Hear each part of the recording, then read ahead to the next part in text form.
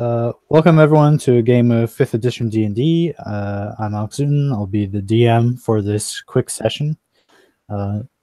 Mostly to get our new player kind of introduced to the game, as well as what we do around here, and get them some easy experience and kind of show them the ropes. Matt, why don't you start us off by introducing your character, and we'll work our way down. Okay. I'm Matt. I'm playing Harbeck Bronze Anvil, a mountain dwarf whose goal in life is to make the best weapon.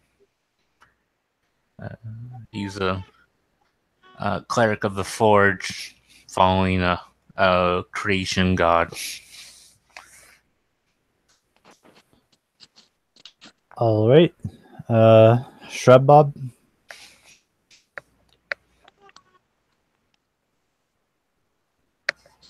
Yes, I'm Daryl. I'm playing Shrub Bob Squaregreaves, a gnome fighter with his trusty mastiff steed Napoleon. He's a bit of a lad. He's a noble who's been disgraced. He's trying to regain his family honour. He also thinks he's pretty much the best that there is at everything. Oh, God. All right, Javier. Well, I'm Javier, and I will play in a new character called Gaston Strachan. He is a pretty stocky dwarf with red hair and red beard that's braided in several places. And it has like really swollen like musculature in general, and yes, well, travels from place to place, usually doing performance, and he just loves to be cheered by the public and admired by others, and just showing really who's the best. No one is as strong as him, and no one is as deft as him, and yeah, that kind of thing. And if he has a good day, hey, maybe he can help those inferior to him. All right, and Zach, why don't you give us a quick rundown of your character? Okay, my character's name is Archon Tiron. He's a recent bard 10 years ago. Prior to that, he was working in a mine shaft. So he's kind of has proficiency with finding rocks, I guess, and mild explosives work. I guess that's it for now. I don't know much. All right, we'll work on that. I guess I need a goal. I need to find a goal. Well, there's plenty of gold in the Unnamed Adventures Guild, so I assume that's why you would be joining. Fair enough. Gaston's probably joins because he's probably heard of a couple of well-named fighters who he proves to probably overshadow one day. Would be my guess. He heard that the guild, was pretty famous in the city, but probably needed some improvement. What better than Gaston to make an example of what true adventurer, person, dwarf could be. Set an example for others. All right. So you're all probably enjoying yourselves in the guild hall. Shrub Bob and Harbeck are probably used to how things are run around here. Probably have some food and drink from across the street, getting ready for their day's activities. Gaston, what would you be doing in the morning? We'll say you joined. Yes, you two joined yesterday. He's probably just still sleeping, being a late riser. Yes, probably had, as he's been new to the city, he had like a big feast and great drinking the last day just to celebrate how gifted has been Illumina of receiving his presence. And yeah, he's just like sleeping it off, enjoying himself. And Archon, what would you say you would be doing in the morning? Like, what would be your morning routine?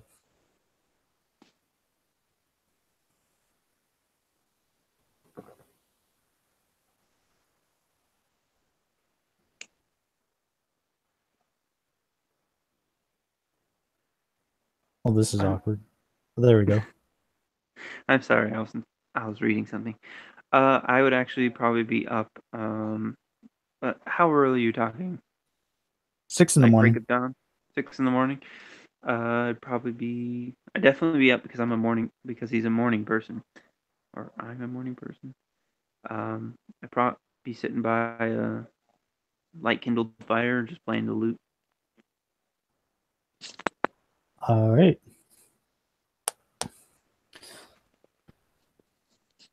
So as you're all just enjoying your company, doing what you do, the door opens up and actually hits the wall. And as you all nobody opens the door like that. And as you look over, you guys see, for all the characters actually present, an unfamiliar woman who has long green hair and red eyes, and she enters the establishment with authority. Like, she pretty much runs the place. And she's looking around, sizing everyone up. It's probably loud enough for Gaston to wake up from whatever slumber he has had. And she says, "Listen up, everyone. I'm looking for some adventurers to take care of some roughhousers in a local village, and I want to know who's willing to make the travel to get there and deal with this problem for me." I Why, dear lady, Shrub Bob is always at her hand to protect the innocent. What vile knaves do I need to kill today? She says, "You'll find that out once you get there, Sir Gnome." More than fine by me. Point me the way and my son will do the rest. Gaston likely stumbles into the room and says, "Who dares to disturb Gaston's slumber? I dare. That has been so loud as no one sleeps as deep as Gaston." I'll go. I guess I don't got anything else planned for the day. She says, "Well, it's going to take you more than a day. It's a couple days travel just to get to the village."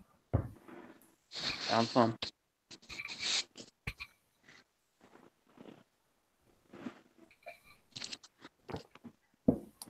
So, Gaston, is it? Yeah, Do you enjoy speaking to yourself in third person? I do, actually. Why you inquire? Have you heard of my grandness and amazingness? Have you come to admire these biceps of mine, of which I have to spare, by the way? She says, "Actually, I have heard something about your name." Of course you have. Who hasn't heard about Gaston?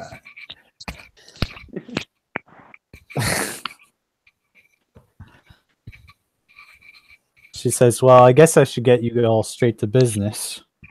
Is there, hopefully there's someone else that would be willing to join. What about that man over there? That dwarf." And she points to Harbeck. "Hey, you. Yeah. You looking to make some quick cash?" I could always use more gold for supplies, yeah? And how does it sound that you get to be a hero for a change? Oh, that doesn't really appeal to me, but I could use the... always need more mats. Well, I don't know why you would need so much carpet, but I'm sure the fishing village might have some.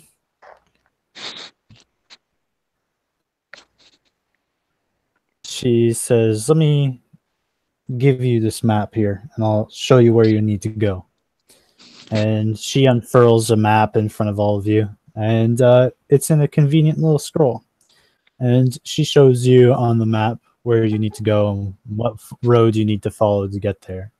She says, of course, you could just cut straight through if you feel like that you're, well, I guess it's your career path, being adventurous and all. But I wouldn't recommend it. There's a lot of crocodiles in there, and I heard that there's some crazy druid who hired kids there, so who knows who else might be in there.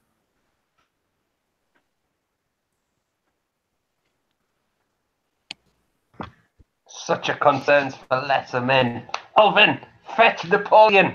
There's killing to be done. Off we go, I guess. Alvin is like, Alvin is just dragging, is trying to get Napoleon to go, and he's like, you just hear in the background, like, who wants a cookie? And he just bolts, and you see Alvin getting dragged by Napoleon. Good boy, Napoleon. Yes, there's work to be done. Alvin, stop playing with that hound. Yes, sir. Do you need my company, sir?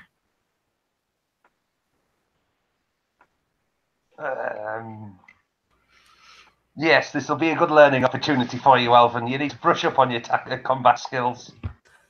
Right away, sir. He gets up, lets go of the leash, and gets you saddled up on Napoleon, who is large mastiff. Do they allow pets in the guild? Why, dear don't know. dwarf, Napoleon isn't a pet. He's a faithful steed. I go over to him and I just go, who's a good steed? Who's a good steed? You are. You are. And I'm just sort of rubbing the sides of its face. Look at the tiny knight. He looks so cute on his little doggy. I wait by the door Napoleon, playing. kill!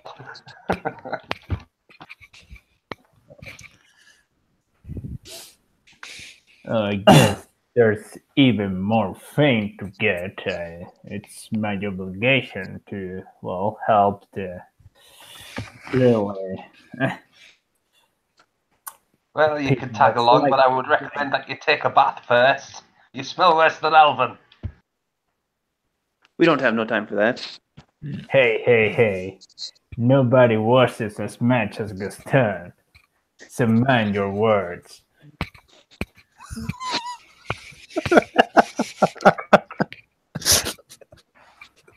This is gonna be good. When you mention how manly you smell, the mastiff falls onto his like front side, and he's trying to cover his nose. That's all right, Napoleon. We'll make sure that we're upwind from him. I guess not everyone is ready to behold such manliness. Am I able to use my cat turns yet? Your what? Cat turns. What?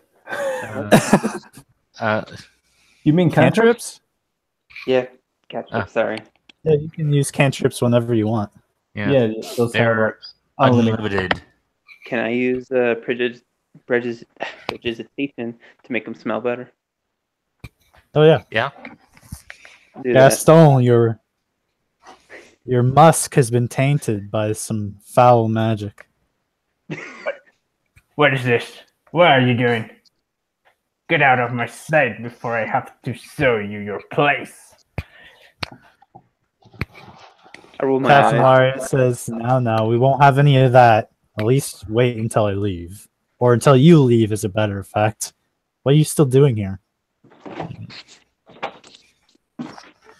With that shrub bubble, trot Napoleon out the door and wait majestically as Alvin gets his gear and wait for the others. I'm gonna go to the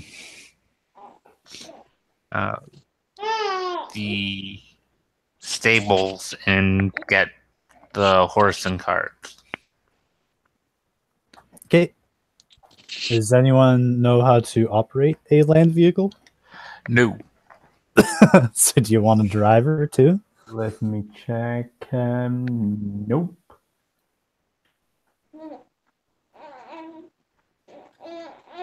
So, do you hire a driver? Yeah, I guess. All right. Are we pulling in for this driver? I have Napoleon, I'm fine. Your Matthew.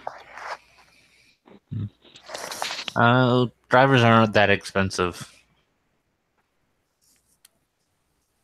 It's on It's you. like That's good. it's like 5 silver a day. Yeah. Well, kind of really depends on how far, if we're going around or if we're going through. Then, huh? Oh, Well, you're not Player's going to Handbook. take a wagon through the swamp. No. Oh, There's a gator in there that has a taste for horse meat, anyways. Please, I see you're quite limited, but you can pay perfectly for tests. Nobody pays as well as Gaston.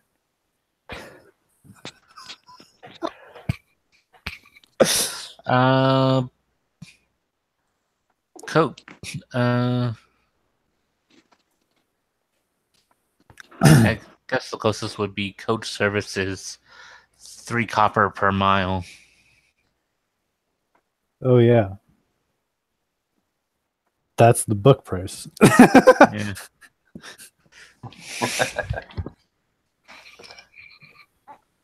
You guys have a reputation of getting into some pretty messed up situations. They want 5 silver per day.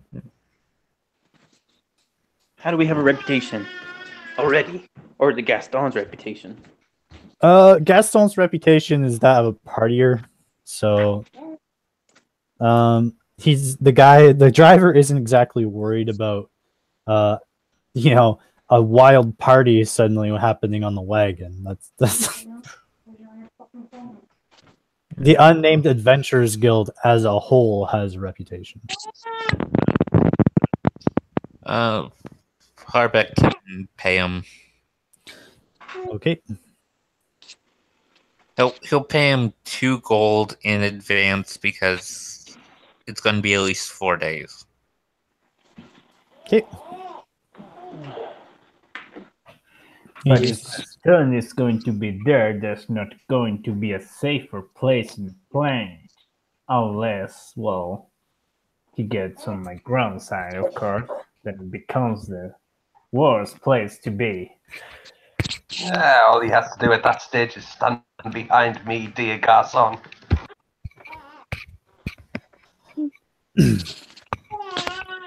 The half orc says, "Where are you going?"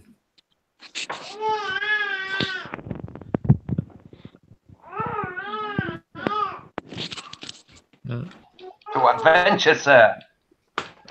Just give him the map and say we're going there. He says, "Oh, I know that place. We'll be there in no time." There's a fishing village that barely needs knowing about Gaston.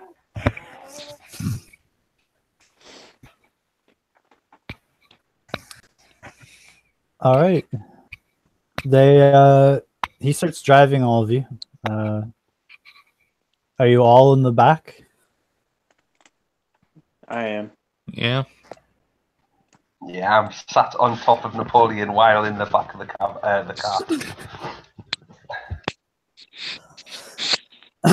Alvin barely manages to make the wagon through all the equipment he's packed.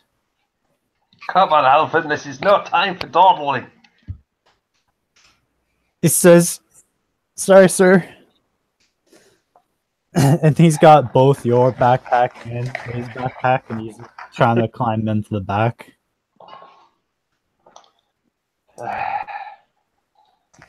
Dear boy, don't you know anything? Put my backpack in first and then climb up.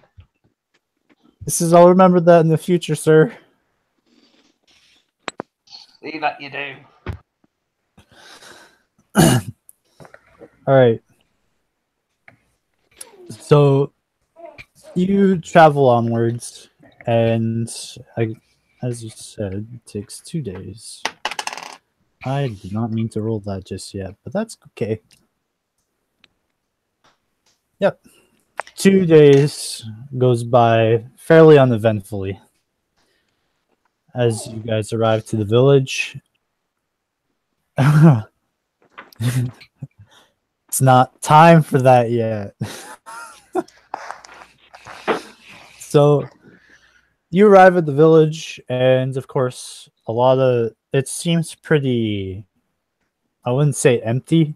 There's a lot of people walking around, but everyone's attention is kind of away from their local tavern, which is pretty much just an oversized tent. This place is pretty close to the swamp still, but it's nearby the river, and the tent is built on kind of marshy land, and you can see that nearby I would say maybe about 1,000 feet away, they're trying to build like a proper town.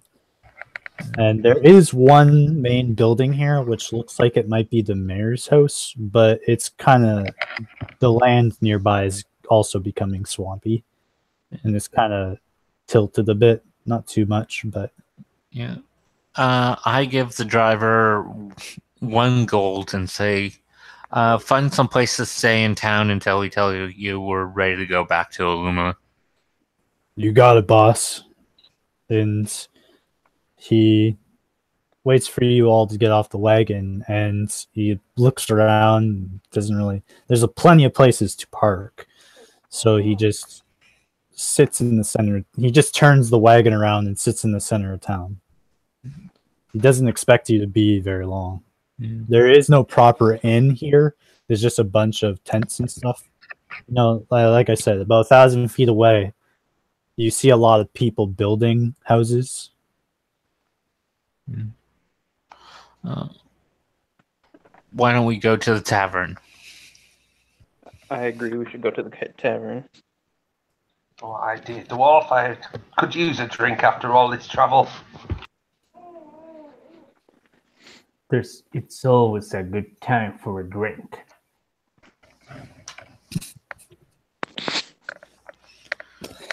All right, so you enter the tavern, and there's no door. It's just, you just move the tent entrance out of the way, and this tent's probably about 100-foot radius, so 200 foot by 200 foot, big circle. There is kind of like, there's a bunch of stools where they have kind of and a table where that's supposed to be their bar, and they have a bunch of circular tables and chairs for where the patrons drink and eat.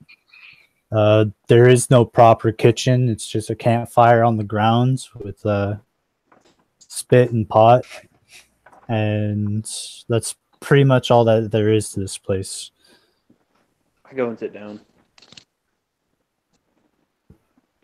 All right. You sit down, and some of the local fishermen acknowledge your presence. Of course, definitely with somebody who has a riding dog and a squire, they definitely take notice to the gnomes. And they also That's take notice to the cleric, the dwarf, who seems to have a lot of hammers on him. He only has the one visible. Shrub Bob's going to ride Napoleon in, and he's going to urge Napoleon to jump up on the nearest table, and he's going to address the crowd. He's going to declare to the fishermen, "Dear peasants, I am here to save you. Point us in the direction of these vile outlaws, and we will do the rest." I use prestidigitation to have a light breeze make it more epic. You know what? Roll me a performance. Both of you roll me a performance. If he's using prestidigitation, can I use an advantage? Sure. Okay. Oh, okay. I got a nat 20. 22 in total. All right. Archon, roll me a performance check. How do I? Oh, sorry. Oh yeah, you gotta use the dice roller. Yeah. Sorry. No worries. How do I use that? Just go on the dice roller channel and then just put in this command and whatever your bonus is. I think it's +5. I don't know your bonus, so that's what you would type in the dice roller. I rolled a 6. What's your bonus? I don't know my bonus for prestidigitation. Why can I not say that? What's your performance? Like you're proficient in performance, right? I think it's 3. Okay, so I'm just gonna give you +5. Okay. And we'll sort that out later. So that's 11. So yeah, you're strumming your lute and playing some, and use your prestidigitation, and you make a light breeze that makes the mastiff's mane and fur just wave in the wind, and everyone's just like in awe about the presence of Shrub Bob. They're kind of mired in his order. And does anyone want to do anything?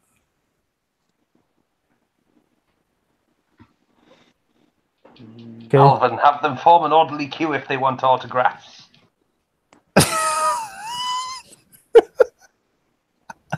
The fishermen are like, we've never had a full-fledged knight in here before.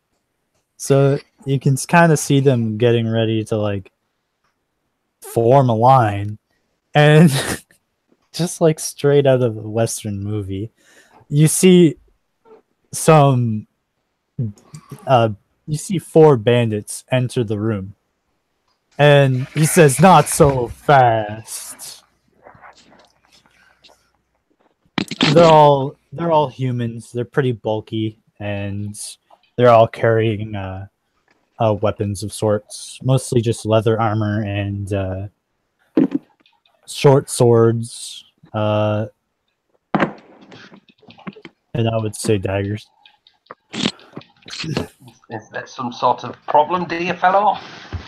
I guess we had enough time at your fences, and it's time to show who the real men are here. And the stone kind of crackles his knuckles, looking back at the bandits that made their entrance. Everyone starts clearing out, and once you bring up the concept of a real man, he says, "We won't be taking any orders from no one's large. We will only take orders from anyone bigger than 5 feet tall, and none of you meet the criteria." If you don't mind, I stand down go between. 1 inch. I stand between the two groups with shield in hand, and I say, "You must leave this village alone." This is our place now, and no one's gonna keep us away from it. Get 'em, boys! And everyone pulls out their weapons. Why are you so big, Gaston? Jeez! Because nobody's as big as Gaston. Actually, I was like, I took like the dwarves were into 4 and 5, and I say, oh, okay, this is Gaston, so 5 plus 1, because yeah.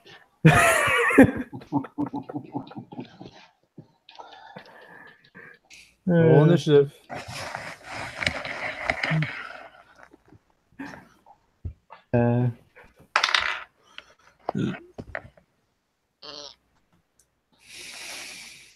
So it comes down to this. Well, I guess we all do bad choices in life.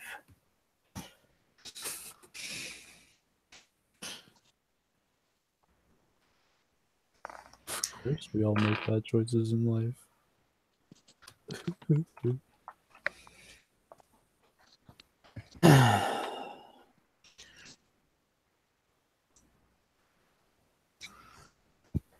We got Shrub Bob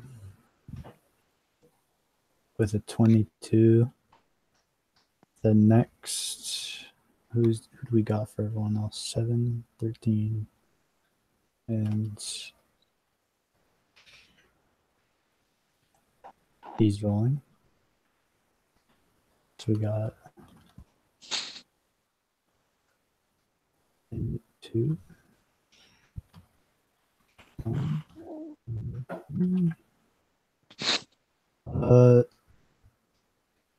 Oh shit! No, we got Gaston. Happy is not going to last. He's not playing oral, okay?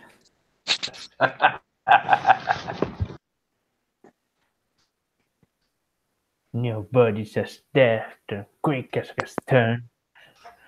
Except there is. Yeah, thank you for the DMI. Shut up. Nice. That's a real nice.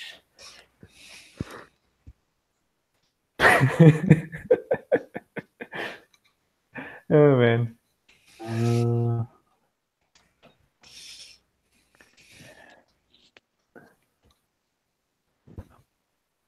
then that's Harbeck. Archon, can you roll me initiative in the dice roll? Yeah.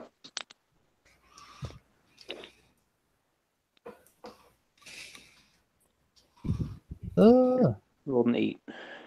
So what's your dexterity? My dexterity is 15. Okay. So that's +2, so that's 10. So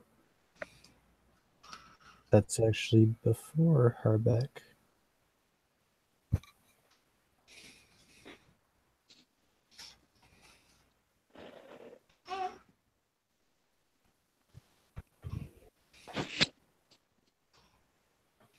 And Alvin goes after Archon.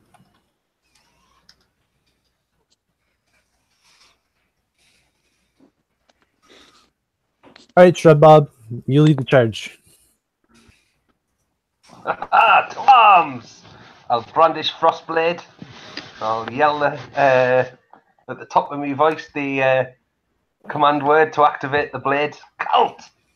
And urge Napoleon to charge straight at the first bandit. Yeah, the group kind of chuckles as you point the hilt to them, but once you say the word and a big frost blade assumes its natural form, they get a little startled as you charge towards them. And I am going to attack the first one with Frostblade. Yep, make your attack roll. Yep, 13. That doesn't hit. He sidesteps the attack and just narrowly avoids the frost. Oh dear. Right, Napoleon is going to try and bite them at the same time.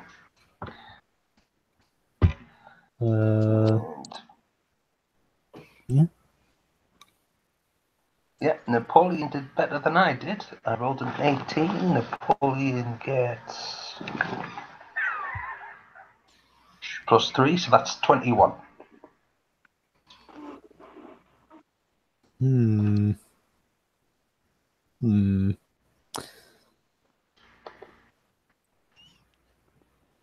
Sure. Yeah. All right, that hits. What's his damage? D6? 1d6 plus 1. He does 5 plus 1, 6. Yeah, the bandit that you're attacking, he's fairly bloodied. And he needs to do a strength saving throw, or he's going to be knocked prone. Is a 14 gonna make it? It does, yeah, DC 11. Yeah, he just kind of kicks the dog away from him. Right. Sure, Bob's pissed that he missed, so he's not going to do that. Right, okay, that's Sure Bob done. The other bandit's gonna run up to Harbeck. Going to try to attack him. Is a modified 22 gonna hit? Yeah. For a total of 6 slashing damage as he comes at, or they have short swords, so that's not going to be a thing. But it's actually worse. So 7 piercing damage with a short sword. He's going to try to take a stab at you with his dagger, but that misses. Just chinks off your armor. The bandit that got attacked by Shrub Bob, he's going to retaliate. But he's not going to attack Shrub Bob. He's going to attack Napoleon because he had landed a hit. Is 11 going to hit Napoleon? Nope. Okay. And now with the dagger, is a 17 going to hit Napoleon? Definitely, yes. His AC's 30. Oh, dang. Napoleon gets stabbed for 7 damage. Oh no, Napoleon! He's knocked out. He only has 7 points, bless him. Yeah, he pretty much just gets stabbed right in the shoulder and goes down. You'll pay for that. Gaston.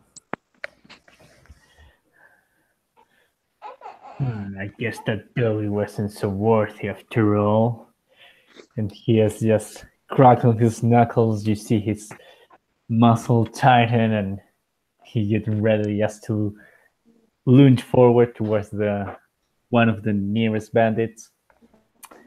Basically, that's his equivalent entering in a range as he quickly approached one of the bandits and just tries to grab him by the jacket under his chest and keep him tight. All right. Make an athletics check. And yours is with advantage. It was coming out my nose, Mom. 20. Yeah, you try to pick him up and he just pushes both of your arms aside and gets ready to fight you. You rolled a natural 18.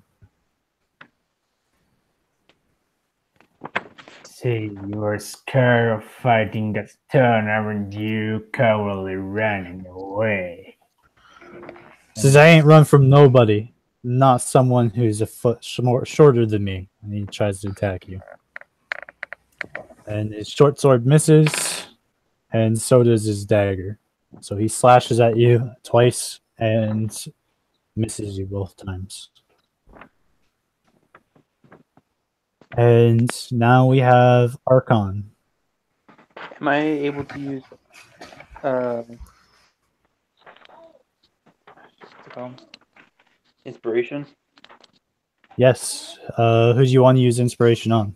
Who is most likely to hit the target?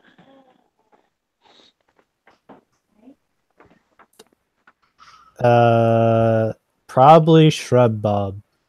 Then I'll use it on Shrub Bob. Okay. Shrub Bob, you have a d6 on your next attack, saving throw, or skill check. Nice. Now, what do you want to do for your main action?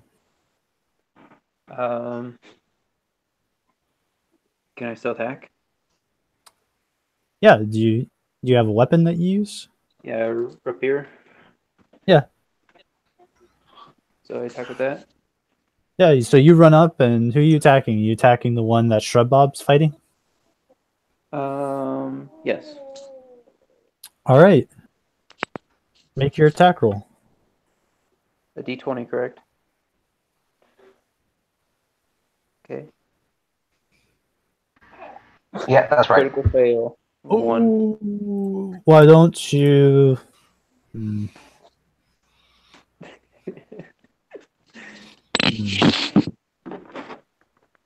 This is not going to end well. Make me an athletics check. Athletics check. So roll me another d20. Okay.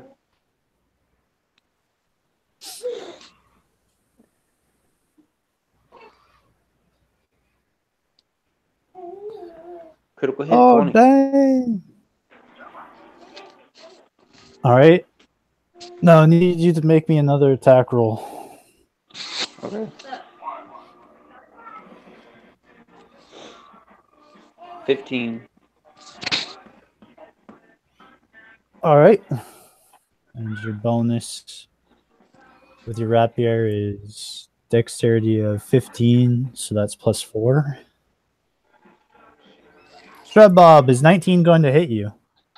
It certainly is. Roll me a d8.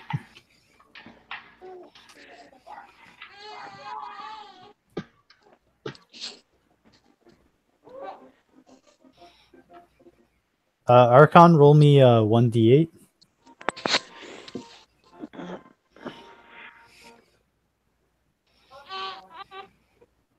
Of course, the first attack he makes is a crit fail.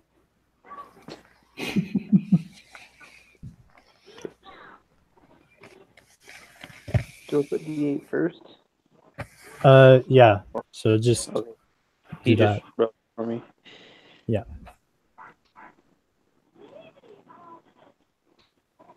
Oh, 8. snap.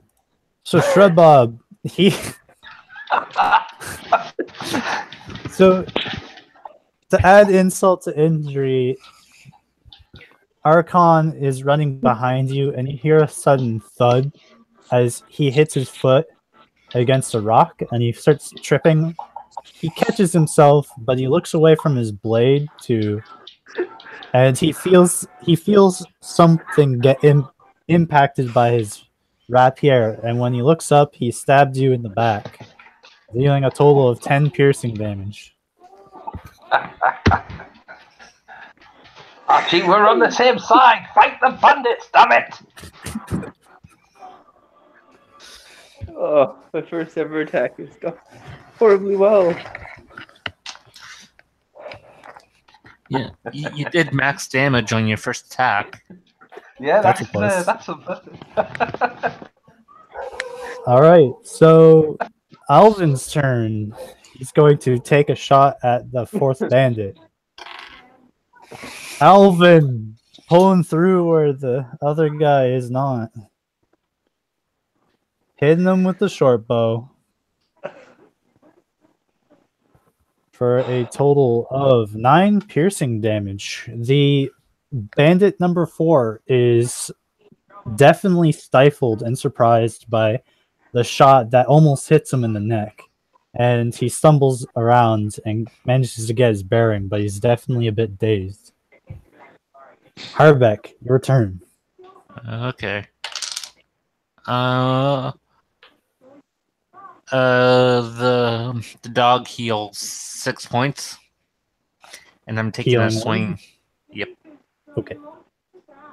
And I'm taking a swing at the guy in front of me. Oh, almost. I rolled a 25. Yeah, that hits. Bandit number 1's about to not look or feel that great. For 11. And he took 6 damage before. Yeah, so he staggers at the heavy blow against him, and he almost falls over, but he just kind of definitely looking very groggy as he wheezes.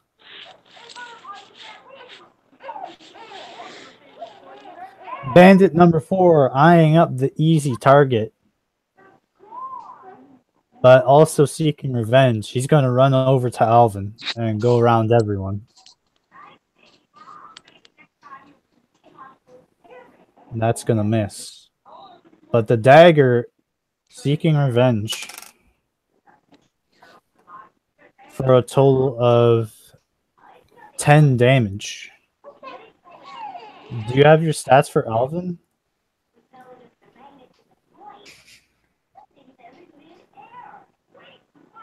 Yeah, I Shabab? do. He's got 13 hit points, so he's hurt, but he's still up. Yeah, so Alvin is drained after he gets stabbed in the shoulder. Back to the top. Shrub Bob. Alvin, dear boy, Napoleon is awake. Yeah. He gets up and resumes carrying you. Right, okay. Well, I am going to attack the first bandit again with Shrub Bob. This time I hit with a 23. All right. Yeah, you definitely hit that guy. And the damage Roll. I do is not great, 5. With the frostblade? Yeah, 3d6 and I rolled crap. Did you add your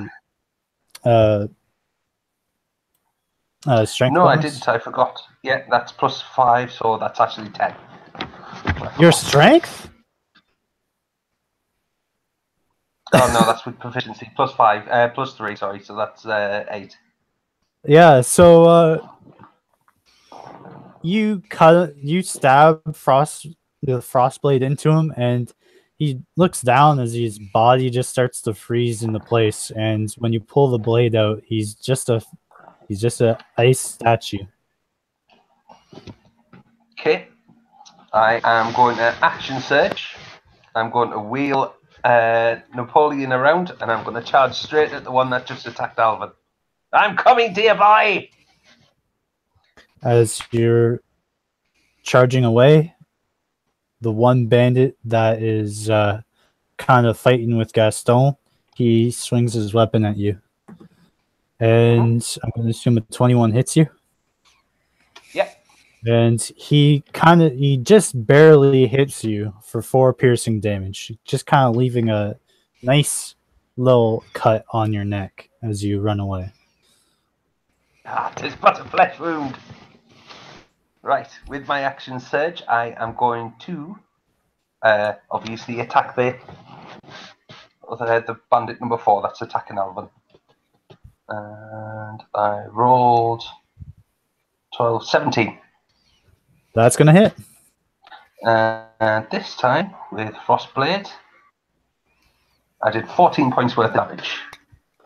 Yep, you slash him in the back, and you can see his body also becoming incredibly frigid as he turns to solid ice.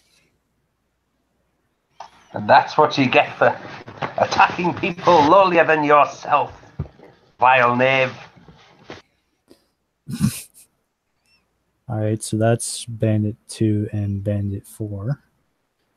Or Bandit 1 and Bandit 4. So Bandit 2, he's the one that's fighting Gaston. He is going to try. Bandit 1 is on here twice. Because you don't have Bandit 3. Yeah, Bandit 3 is also Bandit 1. They're twins. So Bandit 1. Oh, Bandit 1's dead. So The other Bandit Grain. Bandit 2. Yeah, so Bandit 2 is still alive. He's going to well, he's really got only one choice, which is to, well, he attacked Napoleon last round. So he's going to run over to Archon and attack him. So he's going to escape. Archon going to make it? Thank you for that re-update. I'm going to assume that Archon Archon is a, I'm going to assume an 18 is going to hit you. I muted you because we could all hear you with your kids.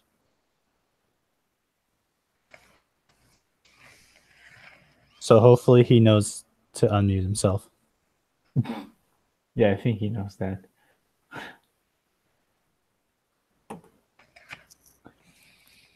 Keep rolling the wrong dice. Did I get opportunity attack from him moving away or not?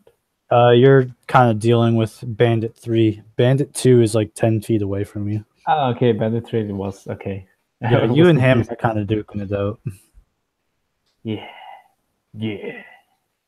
And Archon is going to take 7 points of piercing damage from getting stabbed by a short sword.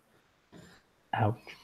Oh, that's not good. This will probably render him unconscious. And he gets stabbed by a dagger for only 2 points of damage for 9 in total. I don't know his HP. Didn't he post his character before? No, I don't think so. Damn it. I just used Shrub Bob, and I know Harbeck has 31, so he doesn't. I don't know how much HP he has. I mean, he's a first level bard. Yeah, so he's got 8 HP, and Wow. he's a hill dwarf with. So even if we just assume he has 12 Constitution, he should have at least 1 hit point left. So he's still standing, although looking pretty worse for wear. Gaston, your turn. The guy in front of him is still like looking. Is it still like he hasn't been hit or anything? It's looking cool. No. He's Okay. He's fine. Okay, then Gaston is going to try to grab him again.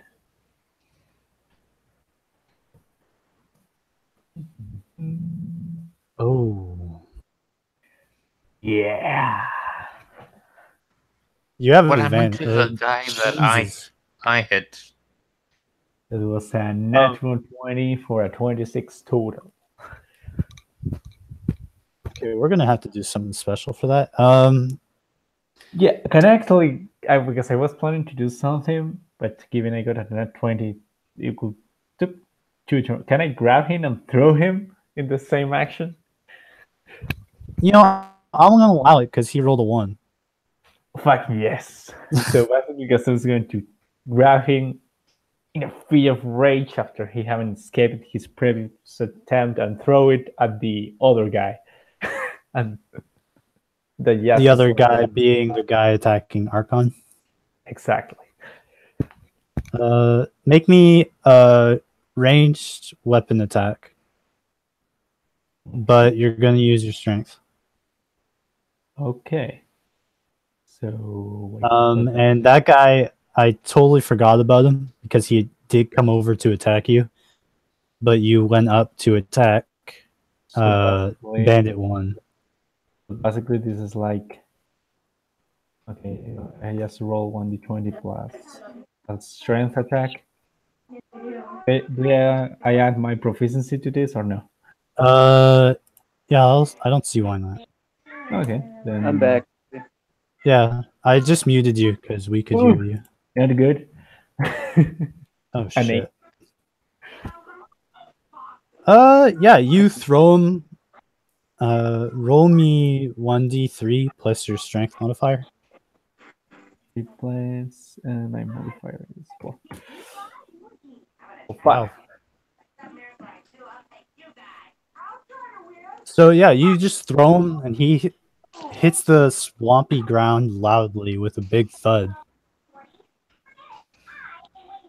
He custom moves like kind of like on top of him, like putting a feet on and says, "Who's taller now?" All right. Whose turn is next? It's actually his turn, and he's gonna get up. He kind of pushes your foot to the side. So who's dead? Bandit 1 and Bandit 4. I thought there was only 3 bandits. Bandit 3? There's 4. There's so many bandits. Also, you lost 9 hit points. Archon. So, Bandit 3, he's going to get up. He's going to attack you. Gaston. 22 is going to hit. Of course not. He stabs you for 8 points. 8 points of piercing damage, but since you're enraged, you take only half. Yeah. He's going to stab you with his dagger, and 18 is going to hit. Yep. These offhand dagger attacks are working really good for these NPCs as of late. You take 1 point of piercing damage as he just kind of finds difficulty burying his weapons into you. Nobody's skin is as thick as Gaston's.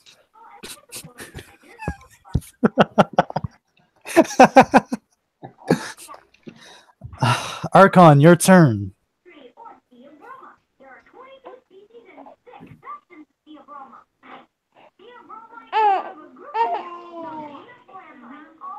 Archon's gone back in time, boys. It's one of their potions of age, and it's had the wrong effect. Yeah. I came here to get wiser and older.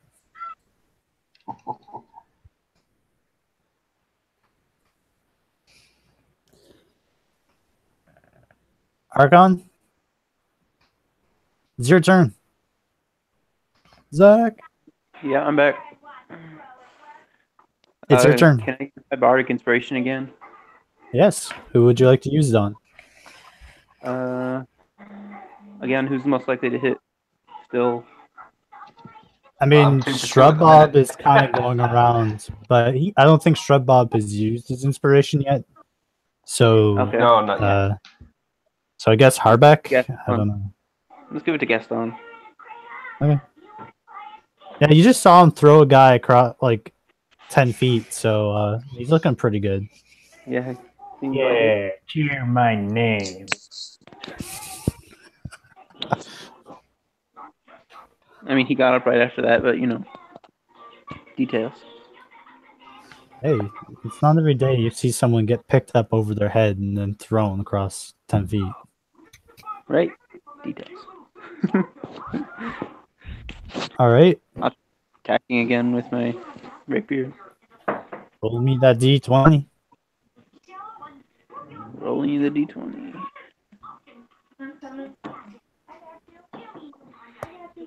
Oh my goodness, 3.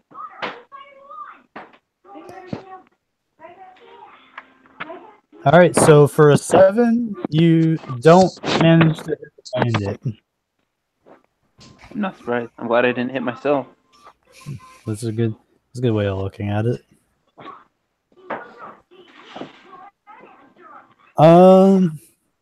Do I wouldn't suggest moving, but you can move if you want. No, I'm fine. Okay. Alvin is going to kind of just step aside from that frozen statue that's in front of him. Gonna step aside, and he's going to shoot at one of the bandits. And he misses.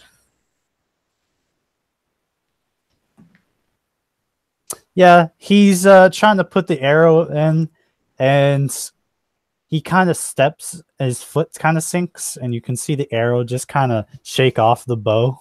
And he's like, oh. Alvin, dear boy, I know you've just taken a knock, but still. Says, I'm kind of dizzy.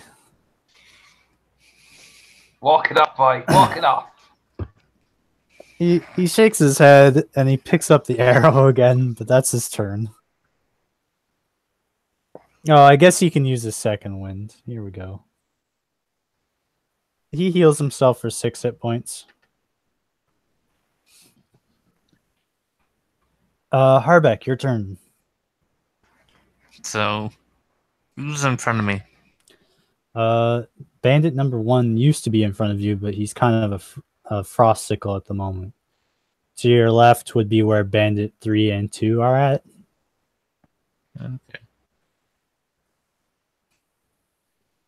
I am going to hit one of them.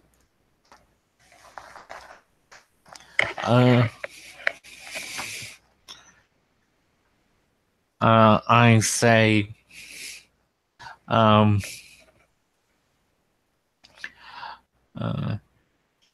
you brought this pain upon yourself, and only people that speak Celestial actually know what he's saying. Okay. He casts a spell. What are you casting? Searing Smite. Ooh. All right. Make your attack roll.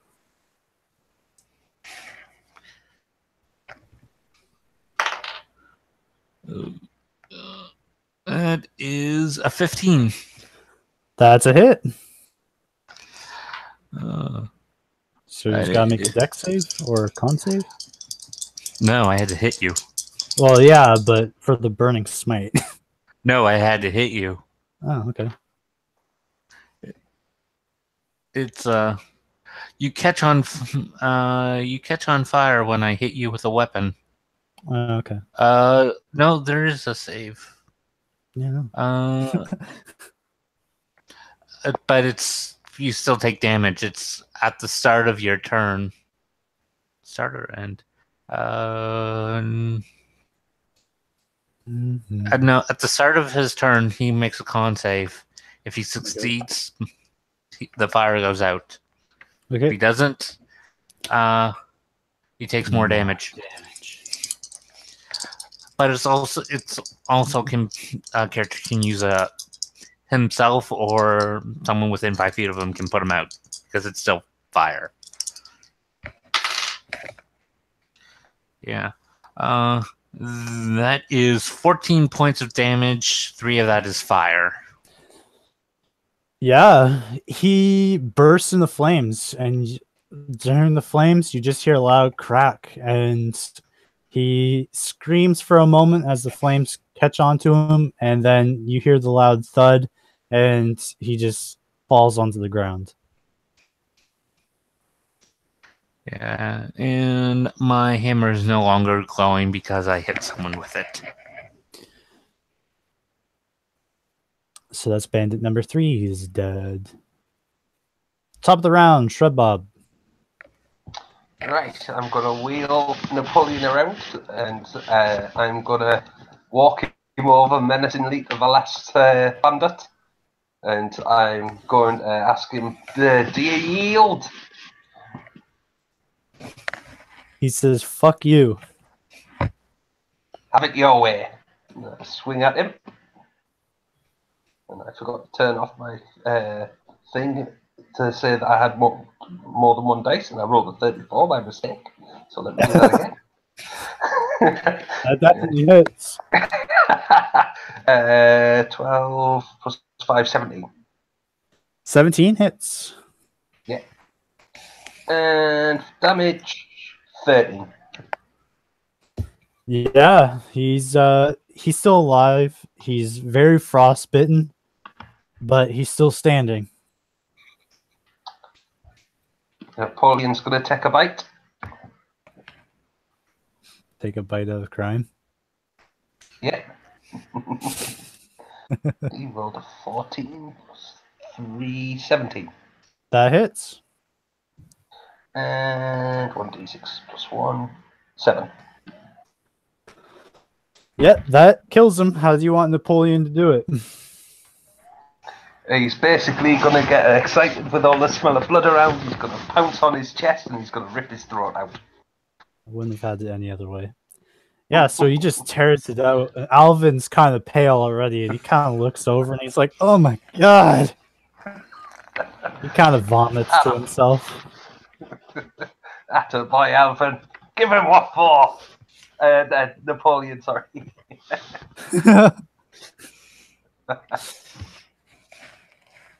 All right. Napoleon just doesn't stop. He just keeps tearing because nobody's gonna stop him. That's it, boy. You get your fill. I know it's been a while since you've been fed. All right. Combat's over. I'm gonna stop the dog. Yeah. All right. Make me a handle animal check. I am gonna give myself guidance on this. This is probably a terrible idea. Help me. God's creation. So that is 18. Yeah, you kind of pull Napoleon off of the bandit, and he's just covered in blood. And he goes to bite you, but you give him a firm slap over the head, and he shakes his head and kind of whimpers to himself, but then trots away. Where are you going, Alvin? Finish this off. Napoleon again. I say to the dog, no. No. Don't defile dead. No.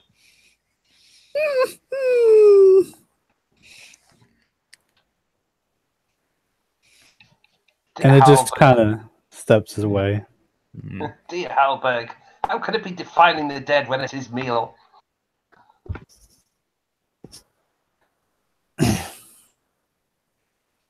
I'm just not gonna even try. I'm just gonna walk away. So after you guys defeat those bandits, do you loot them? Yes. So each one of them, of course, had a short sword, a dagger, and leather armor. And there's 4 of them. They also had the one that kind of seemed to be their boss. He is carrying 7 gold coins. He's also carrying 25 silver pieces. And he's carrying 80 copper pieces.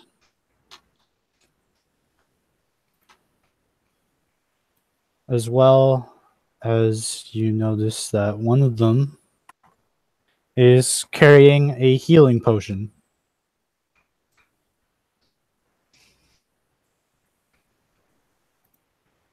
I'll pick up the healing potion and hand it over to Archon. Being the new guy, and I'll just turn to him and say, Archie, I know you're new here, but you're going to have to learn how to handle yourself a bit better. Drink this, it'll make you feel better. Don't need to do that. Oh, that was a terrible second. That's 6 and 7. So 13 points of healing for 2 level 2 healing words. Definitely worth it. So yeah, you are given an Archon. You're given a healing potion, and with some murmurs from Harbeck, you are feeling as light as rain. Can I give my potion to somebody else? You might want to hold on to it. Yeah. All right, I'll just hold on to it then. I get it. So after you guys are done looting and pillaging, the villagers definitely come up from the other side of the tent, and they cheer you all on. And Gaston, you're kind of waiting for them to cheer your name, but and same with you, Shrub Bob. But they notice your emblems and they start cheering the Unnamed Adventurers Guild.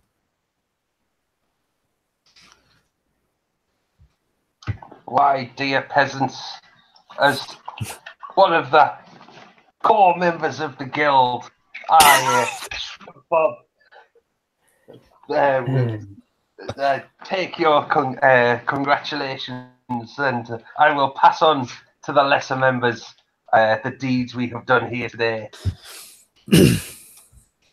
Gascon, even if slightly miffled by the fact that he's been probably admires his soul, he's still like, so we know from the moment as they cheer, like flexing and all us. Yeah, we really did it, guys. We did it. Yeah, look at me. Look at this muscles. This massive Make a performance. Make a performance. Made it into pulp. Like, I don't know. Make that performance. That's so okay. 11. Yeah, everyone's kind of enthralled with Shrub Bob. You do get garner some attention from the females nearby. Oh yeah, ladies, I know you want to test this, and now you have enough to spare. Yeah, I started. I'm ignoring all of them, and I started mending the equipment. The two bandits that got frozen solid, their gear is pretty damaged, but with your mending and your efforts, the frostbite is reversed quite easily, and it's returned to pretty much near full condition. It will need some work before a merchant might buy at store prices, but you think with some more effort you can do so. The swords themselves, the ice didn't really hurt them that much, and I don't think no one really clashed blades. So some of the swords are worn out from having to scrape through steel to hit Shrub Bob a bit, and yourself and Alvin. But other than that, the blades are pretty well taken care of.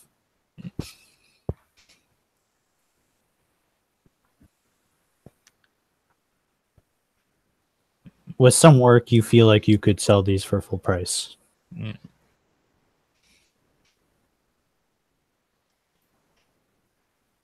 All right. The bandits are defeated. What is your next move? Do you decide to stay at the village, or do you make a hasty return back to Illumina for your next mission? I go up to one of the villagers and say, "So, what's the problem you guys been having?" He says, well, you bloody well took care of it.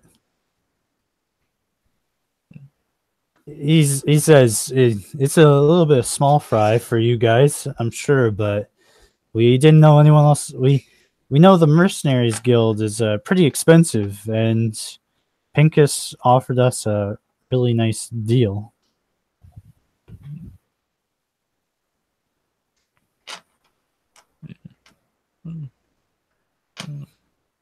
I'm just sort of used to it being a little bit more than just ruffians bothering someone.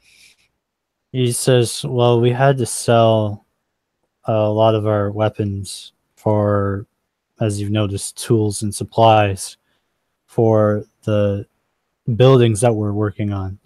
We're trying to get this place to be more of a proper town than it is, well, just a series of tents. Yeah. Well, You were lucky that Gaston just came in town to help you and save the day. I'm going to spend an hour mending the weapons Okay. in our. During What are you Sorry. guys gonna have for your first big girl? during that hour, can I make an impromptu song and play it for the people of the tavern? Yeah, you guys can do a joint performance if you want. Stay. Please stay. If anybody's up to it, I guess I can. Oh Well, yeah, nobody dances like Gaston. Do you want to inspire Gaston? You're crazy. Yes. Okay, so Gaston and Archon, both of you make performance checks. Gaston, add inspiration if you feel like it. Great.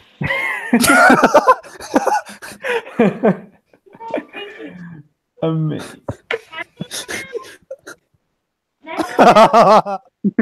3. I got a 6 plus 1d6, but it wasn't good. What did you get on the D6? Because he got 8, so this is. I mean, I can roll the 1d6, but I don't know if it matters which electro one.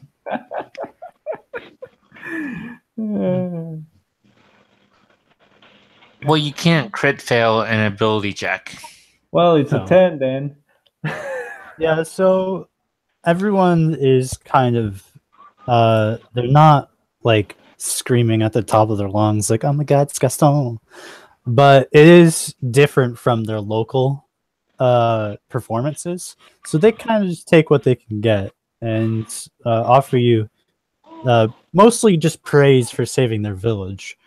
Though they do, some people take notice of your attempts at trying to perform, and let you know that it's appreciated that you're going out of your way to try to entertain them as well.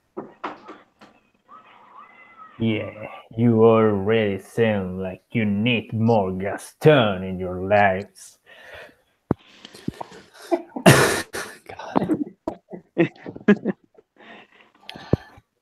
So, as part of your performance, they don't feel like it's deserved that they pay you, but they do give you a couple of little travel mugs to go with you that has ale in it, as well as give you some salted fish to eat. Yeah. And I give the villagers the fixed weapons and armor. Yeah, who do you try to sell them to? No, I don't sell. I give it to them. Oh, okay. So you give it to them, and they're looking it over and like, "Holy hell, you are good. We could use somebody like you if you aren't busy. Help us build our homes." I know a little of construction, but blacksmithing is more my thing, and Illumina is where I need to be at the moment. Well, if you feel like helping a small local village, you know where to be. We'll pay well for you, I'm sure. Yeah. While all of this revelry's been going on, Shrub Bob has discreetly disappeared for a little while. He's located the mayor and he's slipped him 100 gold pieces in order to better arm and defend the village. The elder says, even if I could put this town to use, we're all fishermen. We don't have anyone to train these people. Well, it's very simple, dear boy. You get the pointy end and you shove it in the back eye. The elder laughs and he says, we both know it's harder than that.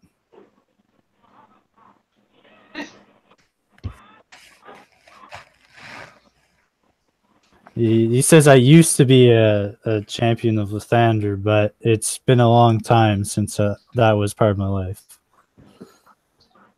Well, we both know that, and as long as it may have been, it's like riding a horse. You never forget. You just saw the next day.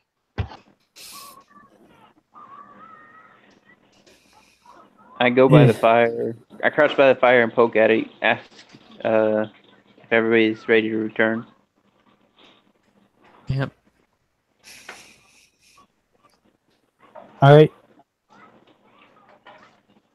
The half-orc is waiting at the wagon. He says, I heard all the ruckus from over here. Sounds like you guys had some fun in there. Oh, dear boy, it was glorious! Those bastards didn't see it coming. He says, and hey, you better clean off that mastiff, or else Mr. Scribe is gonna have my head. Very well. I'll ride Napoleon over to the nearest puddle in the swamp. I'll get off him. No, actually, I won't get off him. I'll just ride him straight in and command him to sit. And then once he's been sat for a little while, he'll wander back over to the wagon, get in, and then he'll shake himself off.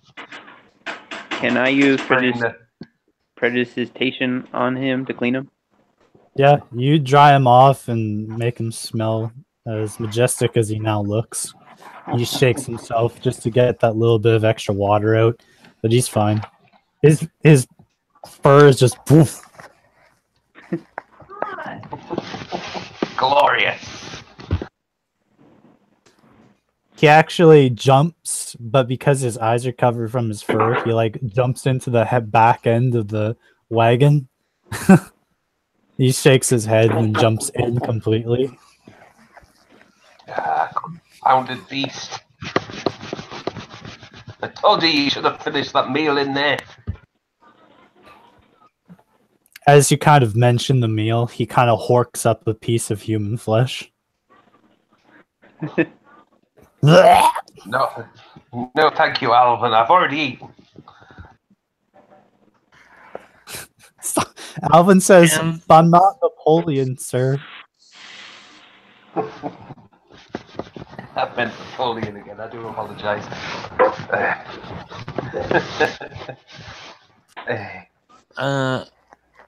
And I'm just going to spend the 2 days traveling back, trying and get into Scrub's head the notion of just because they're our enemy doesn't mean we have to disrespect their body. You can try. I also try to write a song to that effect. Well, don't go eating your enemies. It'll be moving by the time I'm finished. All right. Stern is just doing like push-ups with one hand in the back of the cart, and at one point when they're having the discussion, just looks up to Dan and stops him for a moment and says, "Don't listen to him. It doesn't matter as long as you showed him who's boss." And just keeps at it. Dear Garson, I will take advice from you as soon as you bathe.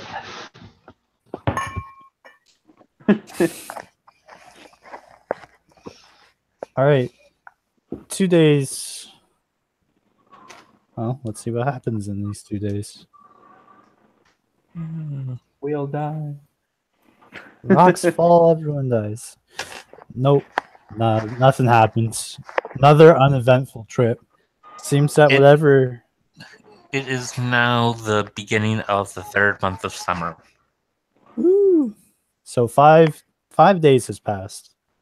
Yeah. And you have returned back to Illumina. Yay. Do you return to the guilds, or is there anything you'd like to do before you return there? Well, Was that sure, lady from the Bob. guild? I want to try and find a blacksmith I can sort of rent his shop from on a Oh, Well, sort of. Make me a history check. Stupid fucking pan! Okay, Fucking that's muted. I got a 10.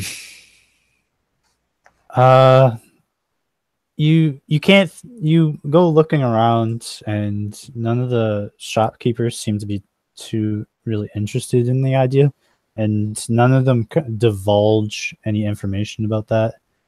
However, you do remember that there's a Oh, few sorry. members. I got a 12.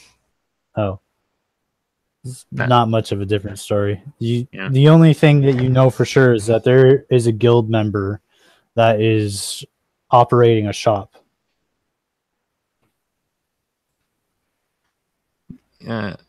Pretty much full time. Yeah. Well, does that guy have a? I'm looking to share a blacksmith forge, not a shop. Well, it's one and the same. It's just a shop, but they sell the items on the spot. They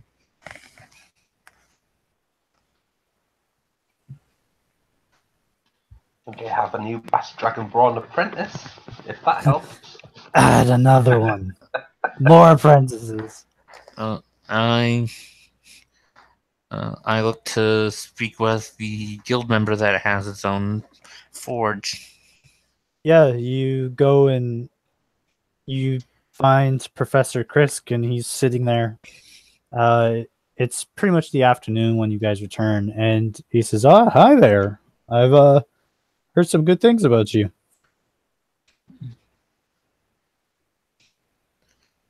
My name is Professor Krisk.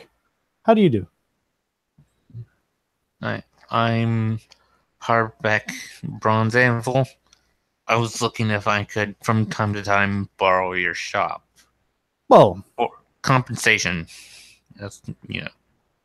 Well, I am actually borrowing a shop myself, but he says as long as he gets a cut, that he wouldn't be too offended to use a shop.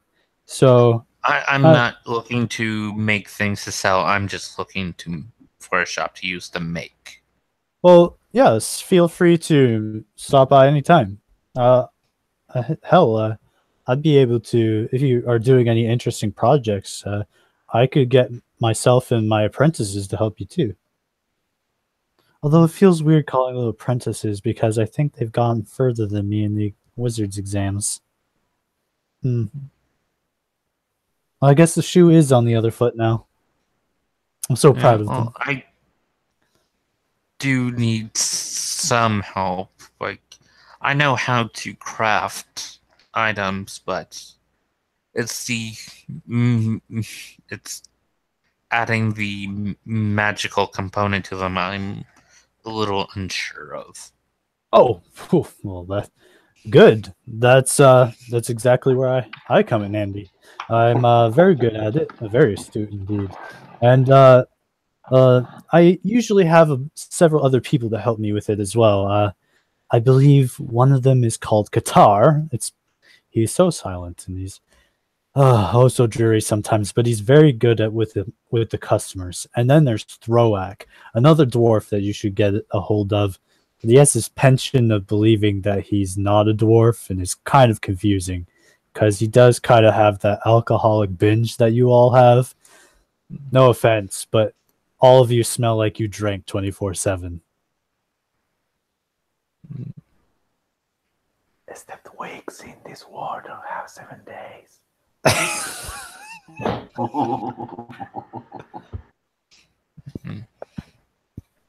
Well, Pretty sure Gaston drinks 24/8. Of course. Whatever, how many days this week has, plus one. Yeah, that's 8 days. Yeah. that was 7. Well, 7 days is a work week, and that is a week. So he drinks 24/8.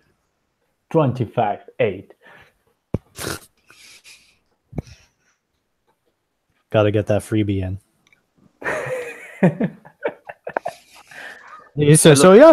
Feel free to stop by any time. If you or any of your companions need an item, I'm very sufficient in the task. I've actually created and sold some shields recently. It's a Yeah. shame I didn't know about you earlier, or I would have gifted them. Oh, yeah, that's what I'm looking for. I have this. I sell them the shields. It's normal shield. It has um the anvil and hammer on it, but I want to inlay the symbol with gold. But I also want to my my divinity has blessed me with the knowledge to um, add magic to weapons, and I was learning to use that on my shield as well. Yes, I would not be using gold for such a thing. I am very well aware of its ability to attract magical essences. However, I find that it's too unstable and weak to quite put into weapons. And he goes on a rant on how he prefers silver for now. He isn't confident with gold, but silver has been very useful for him to get at least minor magical presences. So mechanically speaking, he uses silver for +1. Yeah. Okay. Well, that's what he wants to do. Yeah, he says, "Oh yeah, we'll go. Let's go. Let's go make." I have actually been working on a shield, and if you want, we could change some of the parts around, and we could finish it up and add that overlay you wanted. Yeah. Let's go. Okay. It'll only take a day to complete, but it'll be done. Okay. And Chris gets up and he packs up all the stuff, stuffs it in a satchel, gets his quarterstaff, and he says, "All right, follow me." And you follow him to this shop. It's kind of ragged, it's not like run down, but it definitely needs some maintenance. You can see that some work has been put into it, but clearly not all of their attention has been put into rebuilding the structure. And the owner himself, do you want some help fixing all of that? I just basically wave my hand all around the building. He says, well, if you want to, I mean, that's not why I'm here, and it's not mine. He looks it over, and he says, well, I guess it could probably help if we fixed up the wooden planks at the very least. I always wondered where that droplet is, and it's probably because there's a giant hole in the ceiling. But I'm a woodcarver, not a carpenter, but I do have some skills in masonry. Well, that's more than what I've got. Unless we build this house out of steel, then that's where I can do my magic. See, I made a joke there, and you didn't even notice. I'm so clever sometimes.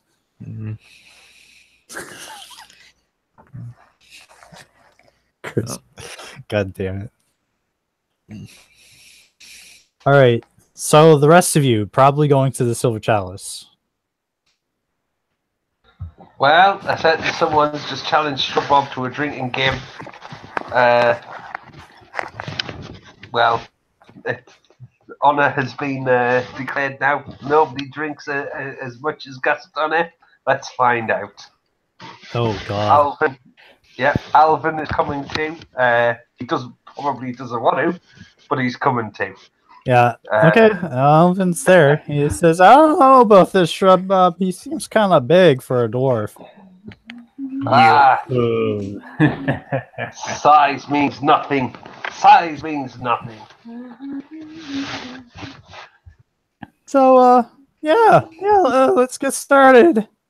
Size means nothing unless you're attacking him at Then we have a wager, dear boy. You and I shall drink until one of us passes out. Alvin shall do the same, but he will not count towards the bet. If you wish, little gnome. Shall we wager 50 gold pieces to the one that survives? Oh yeah, you guys get 50 gold pieces, by the way. As you guys stop in to kind of sort yourselves out at the guild, Captain Laria gives you your coin. I'll leave Shrubbob there as well. If he's not allowed to stop in the actual guild hall, he'd be in the stables with the horses. It will actually feel, I will almost feel bad as taking this free money from you, but as you wish, I guess. We shall see, dear boy. Based on your combat performance, I'm fairly confident.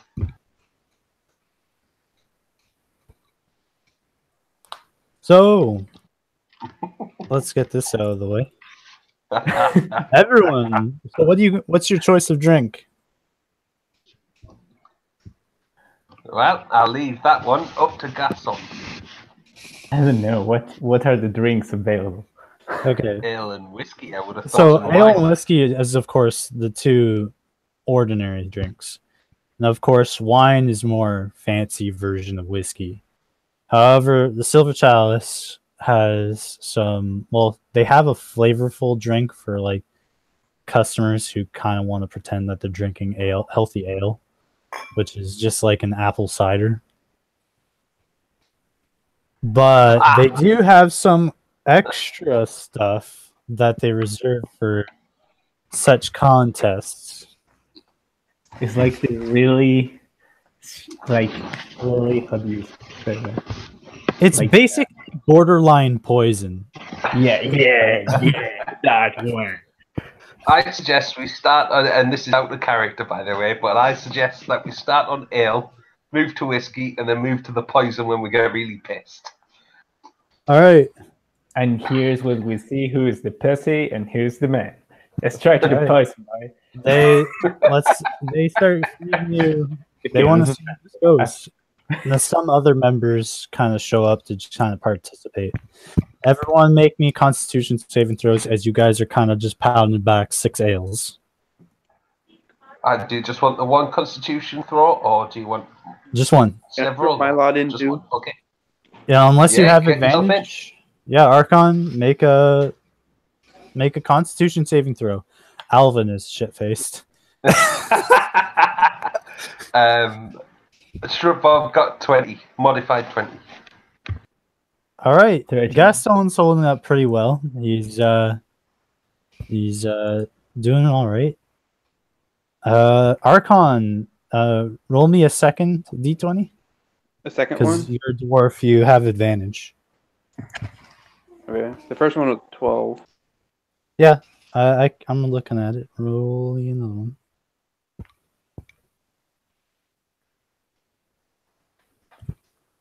Yeah, there we go.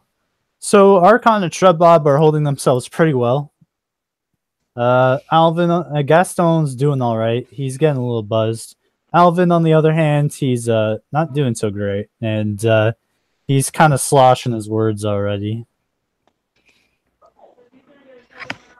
The other two patrons are, well, the one patron passes out. He's apparently a lightweight who just talks big. The other one's not doing too great either, but he's still in. So you guys start moving to whiskey, and you guys take basically this tall glass, like this, a very tall mug of whiskey. Make your saves. Oh yeah. 16 this time.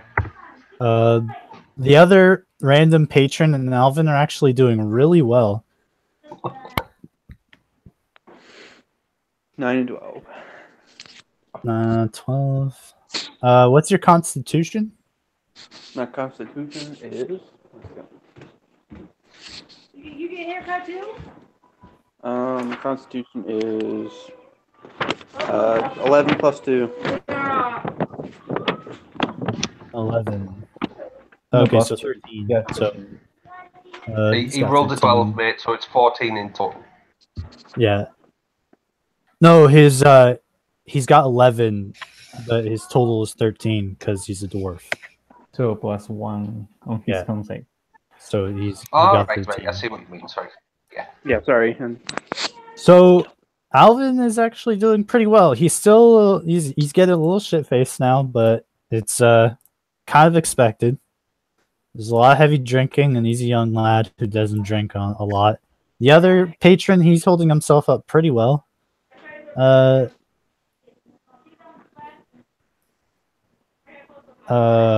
is it? Shrubbob, you're actually taking to it very well, although you're kind of looking over to Gaston, and he pretty much looks like he didn't even change. You feel like at this point, you feel like you might have hustled yourself. Shrub Bob, never. Shrub Bob's the master of everything. He's just quietly confident. It is a marathon, not a sprint, after all. Are you holding your well, little man? All right. You're a little tips already. They introduce you a new drink. It's come from the north, and they call it the Dwarven Ice Melter. Sounds interesting. They say they drink it up there on rare occasion, as for the most part, they use it to melt ice off of some of their doors. The alcohol is so strong in it that it actually keeps the door nice and unfrozen for nearly 3 days. I guess I should learn this recipe. Might come in handy. Make your constitution saves. Mystery Patron is doing really well. Alvin is holding up to all right too. He's getting a little cranky though. Gaston, this isn't the worst thing you've ever drank. It definitely has like a nasty kick to it, but it definitely burns as it goes down. Shrub Bob rolled 18 and got to +3 is 21, so he's there. He's necked his pint of this stuff. He's there. He's like, yeah, it feels like there's a fire in your mouth as you drink it, and as you guys let it settle, they bring out the next drink, and it's called the Drow Anti-Venom. And you're not sure what exactly they put in this thing, but it actually comes out as green, and you can see like the bubbles when they come up and kind of froth and pop. You can see like green smoke coming out of the bubbles. Oh, and Archon, I didn't realize that Archon is not doing well. After the Dwarven Ice Melter, he's definitely using the table as a support. So everyone make your con saves. All right, Mystery Patron, still holding on. Alvin, he drinks it, and his face turns green, and he passes out and vomits on himself. Well, the Shrub Bob's rolling quite high. He was doing well for himself. 18 in total. 18. Archon, you're still doing good. Your eye kind of slumps over as you're like trying to remain conscious. It's getting hard. So you got 21. Gaston, this stuff kind of hits you in the belly, but it's still going. 18. Shrub Bob, you feel like you kind of might have made the terrible decision at this point, as your eye also, you kind of get the stink eye as well, and you're like, you kind of get the jitters after drinking it. At this stage, if getting as pissed as he probably is, he's starting to probably cast minor illusion cantrip all over the place. But I think it's funny. Some passing poor barmaid's probably got a 5 foot by 5 foot square black box appeared on her head, so she can't see where she's going, and all sorts of shenanigans are starting to happen now. Oh, you guys aren't forced to stay seated. Like you don't move. This isn't a thing where like you guys walk around after and like start mingling. You guys are sitting at a table. They give you your drinks, you all pound them back, and then you're just forced to sit there and just take yes, whatever they give you. Surely you can see people walking past. Oh yeah, They're like getting minor things popping up in front of them and stuff. Despite right. being horribly drunk, can I use prestige? precipitation doesn't help you help you be sober. I know, but can I use it? Yes, you can. All right, then I make sparkles appear in front of me. Yeah. All right, you are sparkling in front of you, and people are definitely attracted to the lights. But as you guys get introduced to your next drink, they call it the Druid's Dream Maker. Oh, sounds lush. This is a poison. But make wisdom saves, wisdom checks. Wisdom check. 2 seconds. Oh, this patron is going down. He starts getting dizzy, and his eyes go purple, and he collapses on the table. Hopefully we haven't killed him. 21. 21. Archon, Am I you're kind of head in clouds type of guy, and this drink is setting you into trance, but you're still conscious. You're still aware of what's going on. There are some images and discolorations coming up, but you're like, ugh. Gaston, this hits you in a place that you're not comfortable with, and for the longest time now, you're just you're starting to see colors, and you're not like getting drunk, but you're definitely getting weird. Shrub Bob, you're pretty much on the same boat. You're having difficulties kind of focusing. What's the matter, Gaston? Can't drink your handle? This is some weird sorcery, I'm sure of it.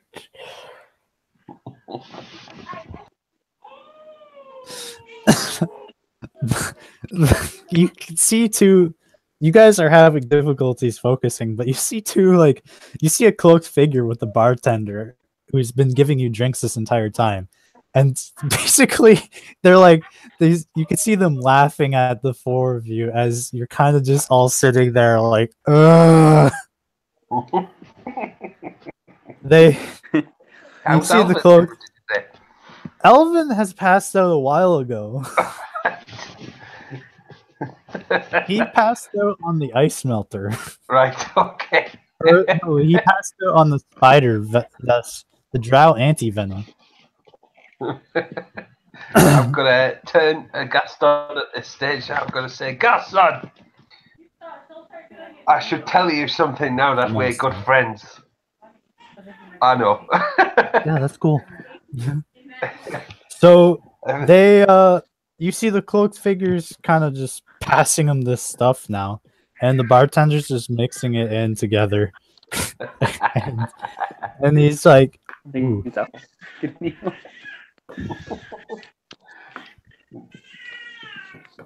While we're waiting for our next drink, like I say, with Alvin passed out, I'm going to turn to Gaston and I'm going to say, Gaston, now that we're good friends, I must tell you something. My dear Squire Alvin, he needs a wife. We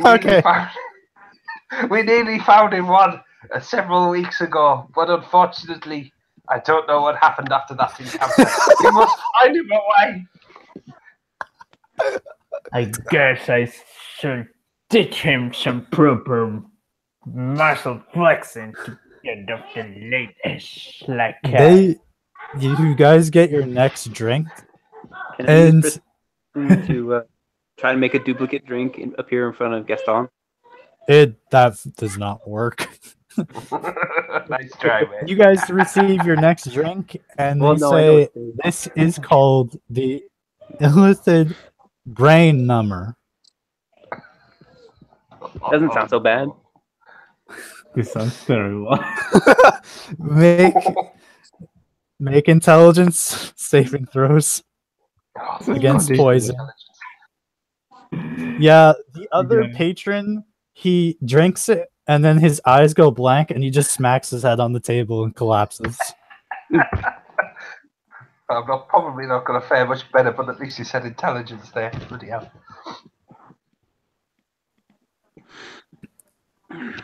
16.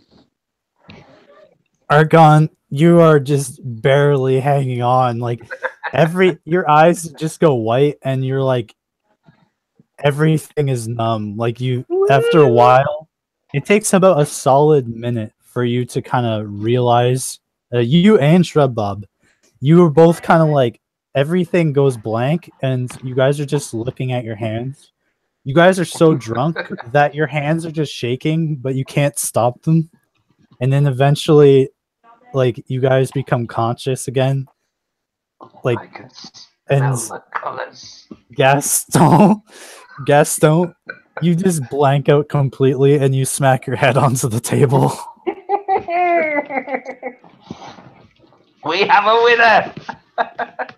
What are you talking about? We're both in. Oh, all right. Yeah. Okay. If you're in on the bet as well, that's absolutely fine. Yeah, he is. Yeah, bring it on. Bring it on. The This is yeah, fucking bartender's like, oh my. Bartender's like, keep him coming, keep him coming. And you see them just making.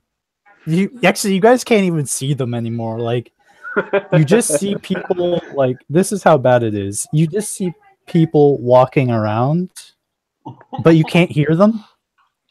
And even when you guys are taught, you guys have to shout to each other. And even when you guys are shouting to each other, it sounds like you're distant, like you're very far away, and you have to shout. So, And- Archie, just because this was your first time, it doesn't mean that you have to worry about stabbing me in the back. Just have to remember next time, aim for the people we were fighting.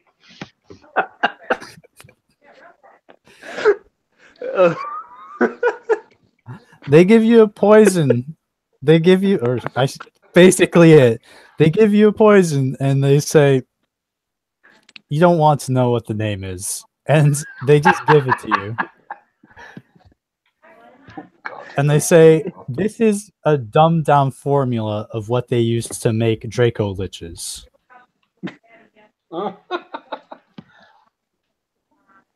What we were rolling on this time. You guys make con saves with a Con save. poison advantage. Right, here we go. 28. Hey! Not 20, 23. Yeah, you guys just feel this energy go into you, and you're like,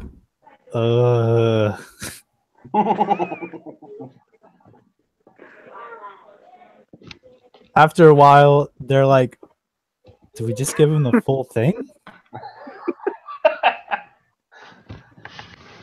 And they just give you a glass. It's boiling. It's just thick green slop at this point.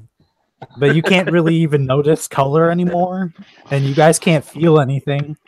So you guys are just sitting there looking at this liquid in your cup, and you're like, we got to do it. Make con saves. I sloughed it down without any disdain. 29. I got 19. I wish I rolled this good in combat. You guys, Would Harbeck come across this? yeah, you just see 3 people passed out. Alvin's thrown up on himself. Gaston is passed out. His eyes are completely blank. Same with the other patron. And basically, the other Archon, and Shrub Bob, eyes are black. Their skin has gone completely pale. You think their hair is falling out? I go up and I put a hand on both their shoulders and I say, "This has to stop." They can't. You put your hand on Shrub Bob's shoulders, and he doesn't even acknowledge your existence. Like, he doesn't know you're there. I'm dual casting Lesser Restoration. Make me 2 charisma saving throws, whoever you're casting that on. On the two people that look like I almost have to use turn dead. Yeah, so they both have to make charisma saving throws. Just one? Are you casting it twice on both of them, or? Yeah, I'm one on each of them. Okay, so yeah, make me charisma saving throws. I'm still rolling high. I've got 8 plus 2 is 20. Do I roll 2? Yes, you roll 2. Okay. My God, you You don't get advantage, so that's 7. Oh no. I'm too far gone, mate. That's what the problem is. So when you cast Lesser Restoration on Shrub Bob, he just starts vomiting. This black ichor. It's not even a drink anymore. It's just this congealed, like it kind of looks like he's giving birth to an ooze straight onto the floor. But Shrub Bob, he's just like, I'm fine, and then he's kind of just swaying, like he's not drunk, but he's got so many toxins in him that you're not sure if he should sleep tonight. As soon as you cast it on Archie, though, he can't keep himself awake. Like you just see his entire body just falter, and then he just slumps. Medicine? He's alive. Make a check.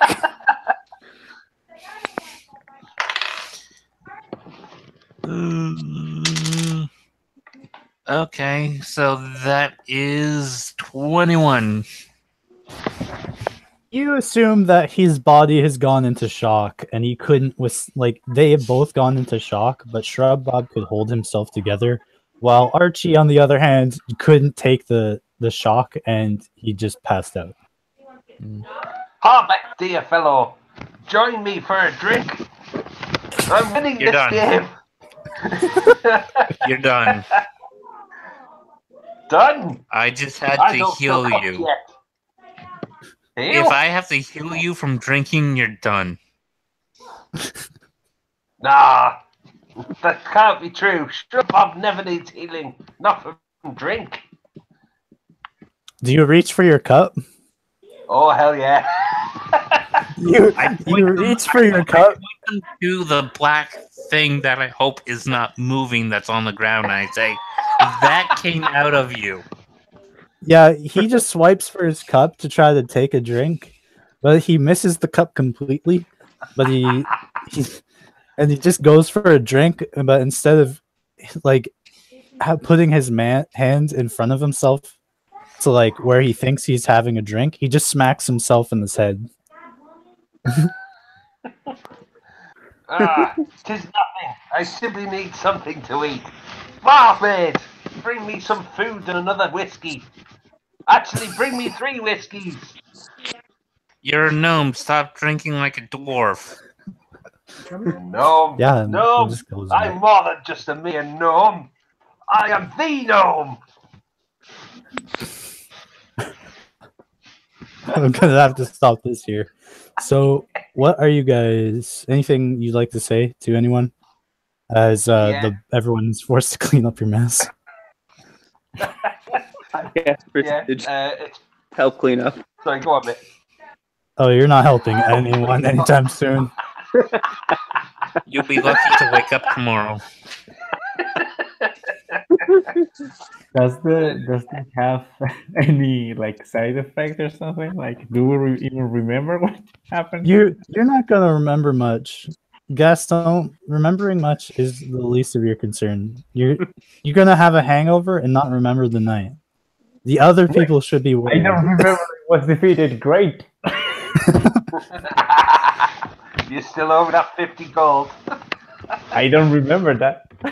Well, I do. So I'm gonna have to go. So I'd like to thank everyone for coming out. Thank you very Again, much, mate. this game is worth 1 XP, which is enough for the level 1s to level up, Yay. and enough and 50 gold. Although I think you just lost all that gold in a bet to Shrub Bob, so Yeah, take it. I'll talk to you guys later and have fun. Thanks Yeah, for thank the you very session, much, Alex, man. and hope to see you around soon. Yep, definitely.